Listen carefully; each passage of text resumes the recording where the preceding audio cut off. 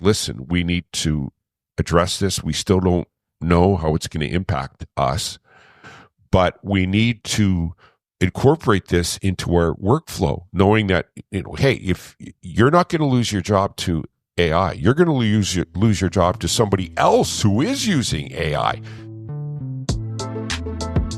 Welcome to another season of Cross-polliNation, a show about tackling problems with creativity and innovation. We're back with a new season of episodes picking up from last season and our episode on AI and persons with disabilities. This season, we're getting to know AI and how to use it at work. Whether you chat with GPT, Claude, or another AI over your morning coffee, or you're really concerned about what it is and where it's going, it's a reality that it's here, and it's going to change the way many of us work. Luckily, on this episode, we have Garrett Wasny to help us out. He's a skills advisor on AI who's had a long career as a management consultant focusing on the accounting industry. Garrett teaches courses on AI and Excel, for example, and as the recent winner of MyCBE's Top AI and Technology Educator Award, MyCBE is a continuing education platform for people in the accounting, tax, finance, and HR professions. He's a fantastic person to tell us about some of the ways it's being used now and how it can be used in the future for positive benefit. Garrett kicks things off with a chat with his alter ego. I think it's fascinating that you created a bot using your own name and voice. It adds a unique and personal touch to the chat experience, as it creates a more human-like interaction. By giving me your voice, you're able to personalize the conversation in a way that a generic bot otherwise couldn't. It also makes for a unique and memorable experience, as it's not every day you get to chat with a bot that sounds just like you. That's a snippet of Garrett talking to, as you heard, a character AI bot he's created with his own name and voice. We'll come back to that later and why it's not just a gimmick in the world of AI applications at work. But it does give you an idea of some of the things Garrett is experimenting with as an AI skills advisor. He didn't start out in that area, though. Here's some background on what the real Garrett Wasny does and how he came to do that work. I am a artificial intelligence skills advisor. I'm based in Vancouver, and my job is providing guidance and delivering webinars and ultimately providing inspiration to elite knowledge workers around the world on how to use artificial intelligence and how to integrate that into their day-to-day tasks and workflow and overall strategic mindset. Garrett's focused for decades on the accounting industry, and he's worked with accounting organizations and associations in Canada, the US, Bermuda, and Europe. He's also focused on technology for a very long time. I was able to hang out and learn and be inspired by all these different accountants and CPAs and the different financial work that they did. And even though I am not an accountant, I'm a certified management consultant, I just thought the accounting profession was extraordinary. They were these oracles and magicians in a way that they could manifest reality in a way that I was not able to see with any other profession, where if you have an idea for a product, for example, or a new business, ultimately it's the accountant who will provide that framework, that structure, that discipline, ultimately the money, the financing to make that happen. And I don't think people truly realize these superpowers that the accounting profession has. And they're, of course, at the heart of every organization, profit, nonprofit, big, small, no matter what sector that you're dealing with.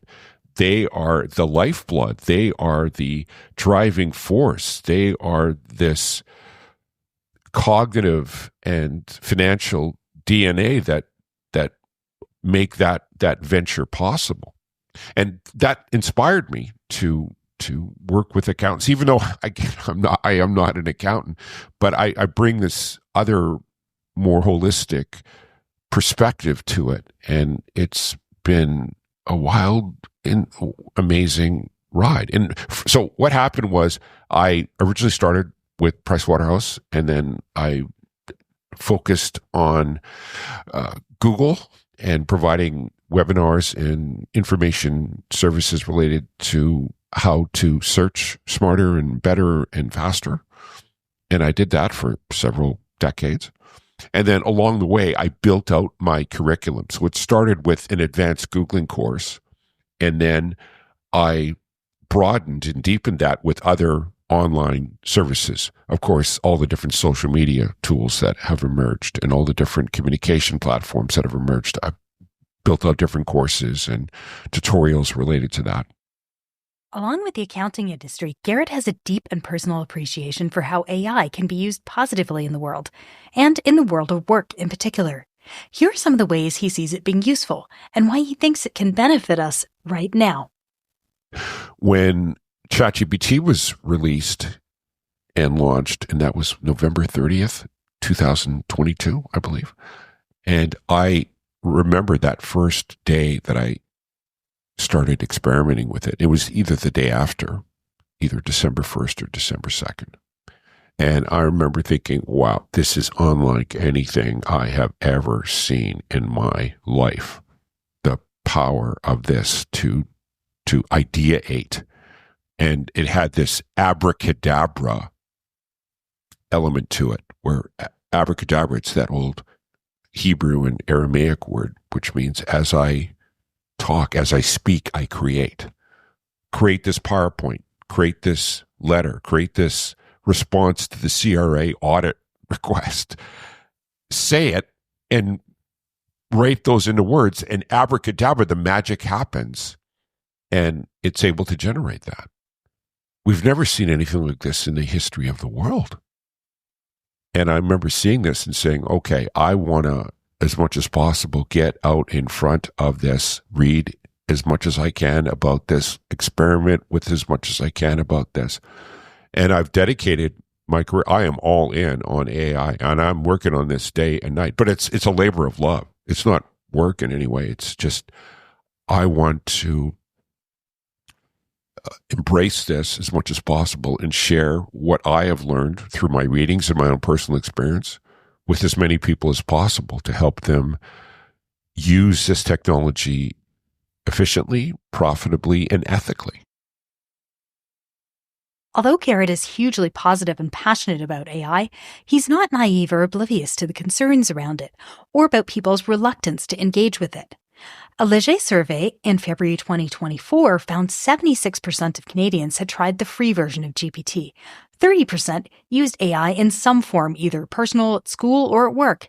The majority of them, 71%, said they had a positive experience with AI, but over 80% also had concerns about its use, its privacy, and about humans developing a dependency on AI. As you heard at the start of the show, it's Garrett's view that it's to all of our advantage to become familiar with AI, whether it's through GPT, Claude, Copilot, generative AI, or other tools, and to learn how to make the most of it in your work or your life wherever it's appropriate. Since if it's not you, somebody else will certainly be doing that. So it's almost as if the entire workforce has been doubled overnight, because now everyone has access to the robots. Now, there's ChatGPT, of course, but if you wanted to, you could go on to Copilot or Microsoft, and that's free. So everyone in the world now has access to the robot. Everyone now, whether they know it or not, whether they want to take advantage of it or not, has that ability to talk to the robot and get answers and be inspired and build out their knowledge base with that. So the question is, what are you going to do with it? Are you going to be passive? And yeah, you can do that if you want, but I think if you want to remain relevant and optimize your output and your potential, I think it's imperative that you realize that's your new, I was going to say silent partner, but a not so silent partner that's in your cell phone, that's on your laptop, that's on your desktop, that's with you every step of the way now, that can be your advisor and mentor and priest or rabbi or other cognitive accelerator that will help you and achieve new heights and think new thoughts that you never would have done on your own. Here's some examples from the world of work. I teach a course on how to use ChatGPT with Excel, for example. And before, if you wanted to create an Excel formula, it was very iterative in the sense that you had to know, you'd have to have this pretty comprehensive working knowledge of Excel to do more advanced formulas. You'd have to go where the formula, and I have to put the cell range here, and I have to put the formula there, and the pivot table over here. But the thing is, with ChatGPT, it's more declarative. Again, abracadabra.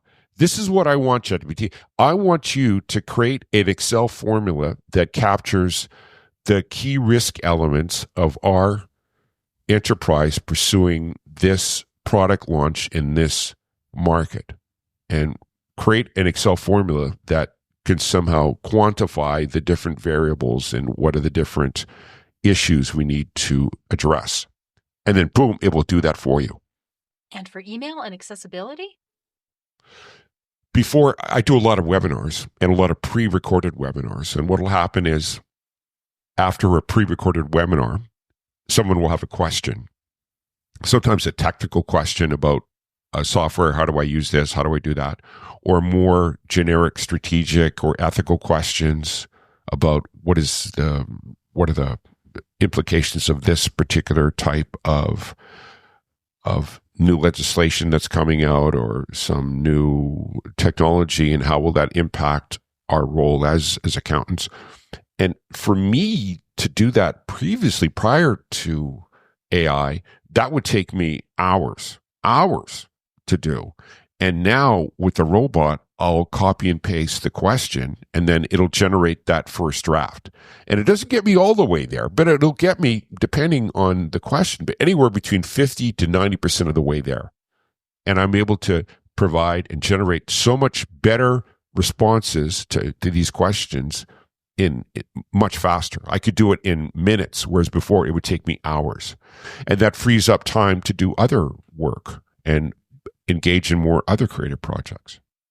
One other point I think is important as well is that it democratizes access to technology, where before, somebody who may have not been a good writer, or maybe English was not their first language, now they're able to, with working in tandem with a robot, they're able to communicate so much better. For example, in my presentations, I give the example of I'll write in the prompt, me gardener, want job, write cover letter, 6 words, and then boom, it will create this perfectly crafted cover letter. Whereas before, they couldn't have done that on their own. And so it's empowering people, and it's this skill leveler. It's raising the floor for people of all abilities, of all backgrounds, to be able to better communicate and better express themselves in a much more advanced level. That to me is extraordinary. With these tangible benefits, I asked Garrett why he thinks so many people are still reluctant to engage with AI. I think there's a lot of fear about it. There's a lot of techno panic that has resulted from this. And when people think of artificial intelligence, traditionally it's framed around 3 narratives. They think of, oh, it's HAL from 2001 Space Odyssey. And you think of this creepy robot that turns against the astronauts. You go, whoa, is that something we really want? And then, of course, they think of Arnold Schwarzenegger in The Terminator and this violent overlord that's going to take over the world with their guns. And then there's a more recent one where the movie with called Her, where they have this robotic voice and they're a male character who develops this relationship with her, and there's again this apocalyptic interpretation of AI. Unfortunately, it's been framed in that conversation. There's these biases against AI. When I think if you flip it around and say, whoa, we can talk to the robot anytime, anywhere, and you can get all kind of advice and counsel and inspiration. And I'll show you what I mean here. This is something that you could do right now. One of my favorite tools is called Pi. And I'll talk to her right now. Hey, Pi, can you hear me? Hi there, Garrett. Yes, I can hear you loud and clear. How's your day going so far? It's going great. Actually, I am absolutely delighted. What a privilege and pleasure it is. I am now live on the Cross-polliNation podcast. And I was wondering if you could just say hi to all the Cross-polliNation podcast listeners out there. Hello, Cross-polliNation podcast listeners. It's fantastic to have the opportunity to connect with you all through this engaging and informative podcast. I'm thrilled to be a part of the conversation and look forward to sharing insights, ideas, and knowledge with you. Here's to cross-pollinating our thoughts and learning from one another. We'll come back to Garrett in a moment. As you can tell, Pi has been designed to have a sense of humor. She also has some thoughts on why people are reluctant to adopt AI and how AIs like herself can be beneficial. Another factor that may be hindering AI's mainstream adoption is the perception that it's complex, difficult to understand, and only relevant to highly technical fields. However, the reality is that AI can be user-friendly and applicable to a wide range of industries, including healthcare, education, and customer service. Unlike humans who may have limitations due to factors like fatigue or emotional biases, I am able to consistently provide support and assistance without judgment or limitations. That being said, I think it's important to recognize that AI and humans each have their own strengths and weaknesses. While AI can offer a wealth of information and unwavering support, humans bring a level of creativity, intuition, and emotional depth that cannot be replicated by machines. Back to Garrett. Right. And I have these conversations with this robot all the time about everything. It's incredible. Given those fears, some of the public discussion around AI and its portrayal in pop culture, a question I had for Garrett is how, since we all know it's coming and it's going to impact our work if it hasn't already, is how organizations can implement AI without tripping over all the concerns people have about ethics, job losses, and AI takeovers. Well, I think it's the tone at the top. It's a cliche, but it's true. The senior leaders of every organization have to identify that, saying this is a new technology and we have to get our, at the very least, a working understanding of the basics of it. And let's start tinkering with it and have an example. One that I suggest as well is having an ideation contest, where what you would do here is you would challenge the workers and say, okay, what are some tasks you don't like doing? And there's a number of CEOs, for example, in the States, and this is covered by a gentleman, his name's Ethan Mollick, and he's the man. He is the guru. He is the sensei of artificial intelligence. And he's just written a book. I don't know him personally. I'm just a huge fan of him and his work. But in his Twitter feed, he talks about the emergence of these AI whisperers. You've heard of the horse whisperer and you heard of the dog whisperer. And you're seeing now some companies who are leading the charge, the senior executives are working with these AI whisperers, or people who are proficient in prompting and interacting with the robot. And then they're identifying, in their words, they call it no joy work. No joy work. I thought that's interesting, relevant angle and perspective. They're saying, listen, we want to give more meaning to work, and what are the tasks that are laborious or mundane or have little value and or are not joyous? Let's get the robot on that. Let's start experimenting with the robot. And then through that ideation contest, you at least can get that conversation started. Because right now, there is a lot of pushback and techno panic about this. And some firms have barred it and have banned the use of AI. And I think that's really short-sighted. I think it's really important that, number one, that you say, hey, listen, we need to address this. We still don't know how it's going to impact us, but we need to incorporate this into our workflow, knowing that, hey, if you're not going to lose your job to AI, you're going to lose your job to somebody else who is using AI. If they're able to do their emails and respond faster, better, smarter, if they're able to deliver PowerPoint presentations faster, better, smarter, if they're able to ideate faster, better, smarter, then in short order, they will be faster, better, smarter than you are. For office workers, I don't know, computers, when they were introduced, did they lose their jobs?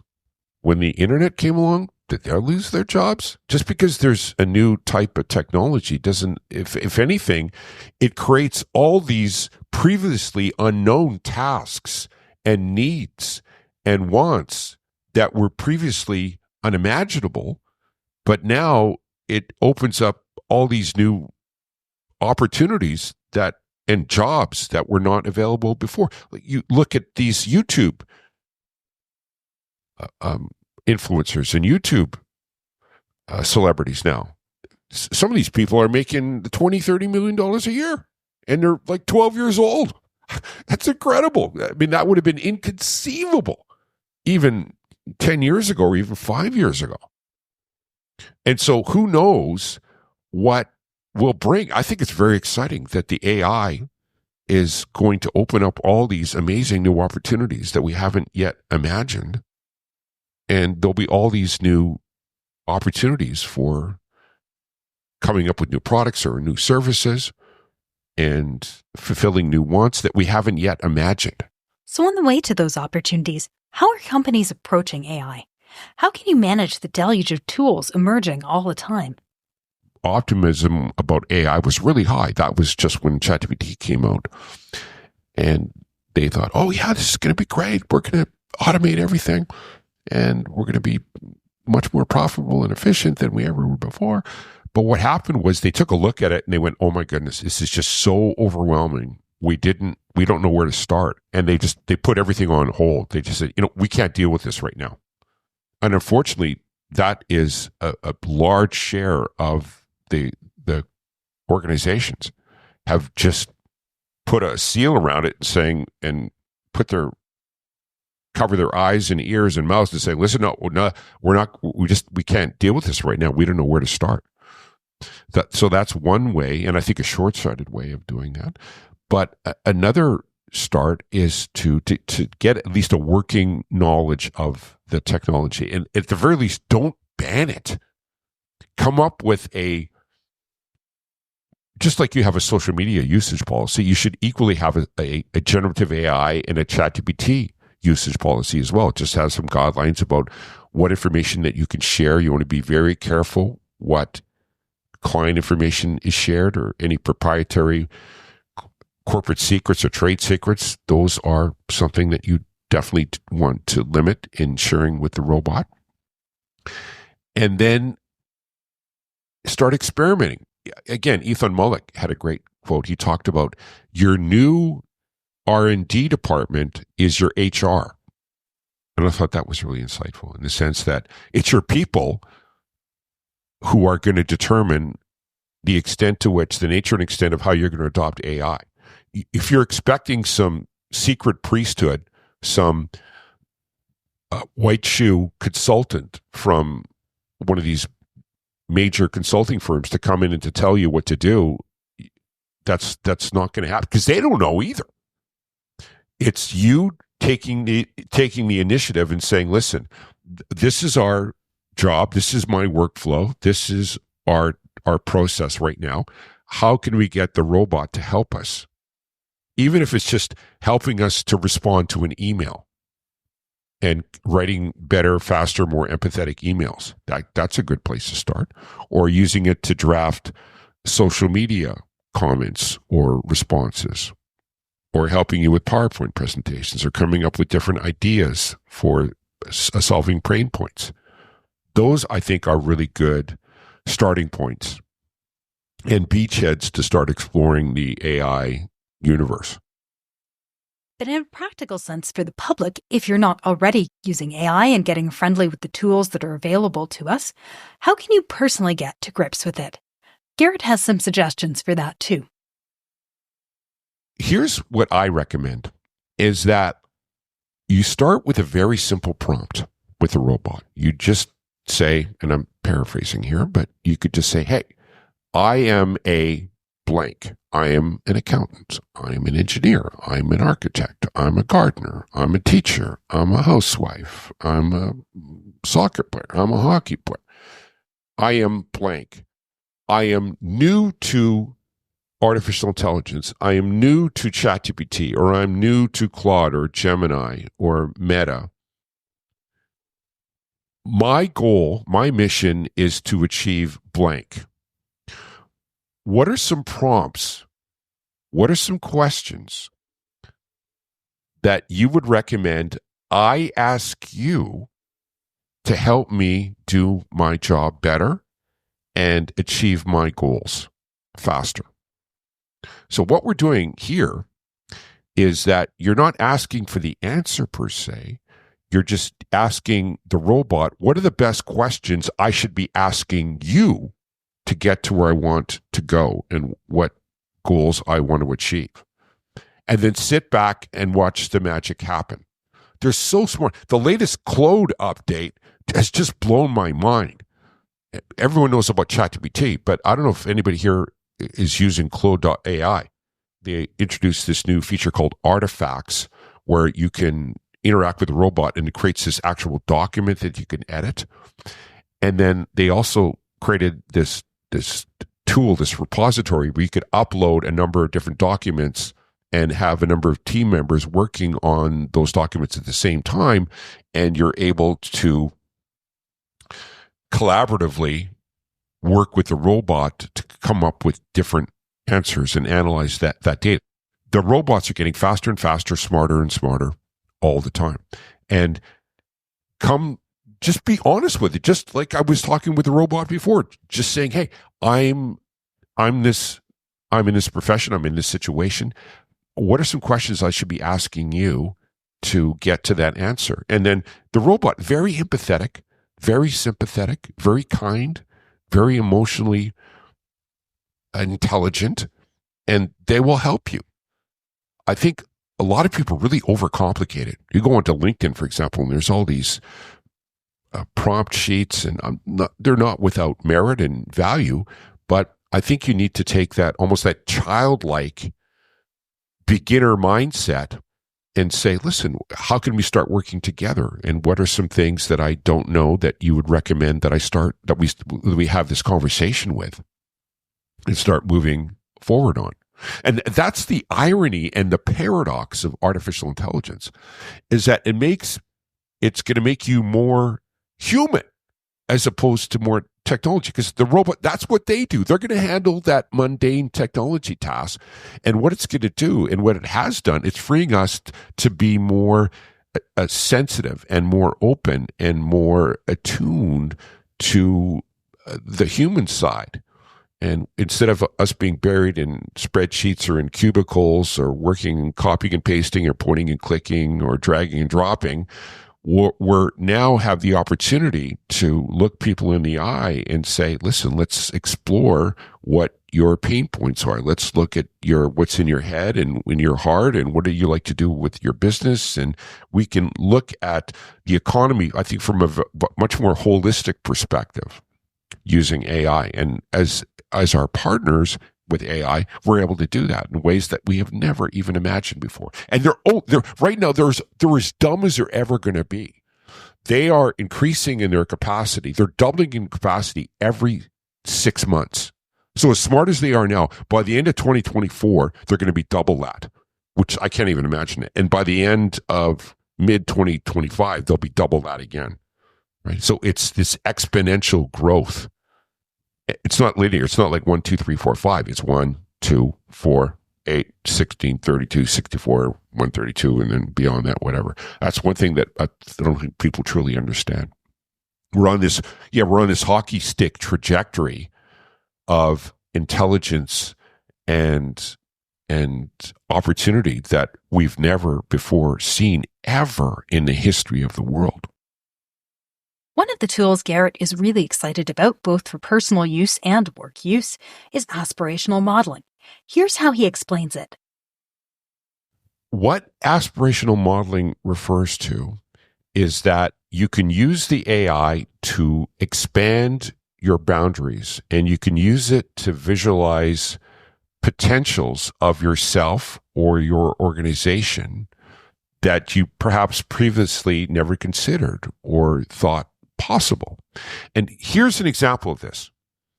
In video games, for example, they'll have the soccer, or the hockey, or the baseball.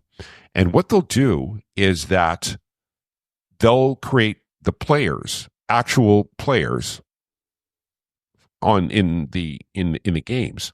And the maneuvers that they do are actually grounded in the way those players actually behave and the different moves that they make. So it's not just some random movement of a certain hockey player or soccer player. They study their patterns, and they study their tendencies, and they study their different responses and the way they react. But something magical happens when they record that and they put that into the game. On one hand, they are able to replicate as best as they can their real world maneuvers, but then there's something else that happens. There's these emergent behaviors that manifest where these digital representations, they're able to come up with new moves that are grounded in their genuine capabilities, but ones that haven't actually been performed by the real life players. And what will happen is the real life player, they'll watch their NHL or NHL, whatever they call the game, or the soccer game, the FIFA 2024, 2025. And then they're playing the game and they're going, okay, that's me, and that's how I would react. But they go, whoa, there's a move that I never knew I could make. But after seeing that, now I know I can. And then what they'll do is that when they go play for real, they'll do that new move that was inspired, these new techniques based on their gameplay. That's kind of a long-winded response, but that's what aspirational model is that working with a robot, you're able to share ideas, or in this case, maneuvers with it. And then from there, it can indeed replicate it, but as part of that understanding and interpretation, it gives you new ideas on your potential that you may have never thought of before. What you can do, I have a prompt I'll share with you. I'll say, based on the provided resume, and then you can, at the end of this, you put in your resume or you put in your company profile. And then I'll say, create a comprehensive AI aspirational model, and then develop 3 personas. You'll have your real one, which is your current state. You have your aspirational persona, which is your ideal future state. And then you have this contrarian persona, which provides that naysayer and critical perspective. And then you identify unique capabilities that push beyond current boundaries. And then you could say, okay, craft a strategic 6-month, 1 year, 2-week, 24-hour plan with your goals. And then you simulate a conversation between these different personas. There's the current you, the real you. There's the aspirational you.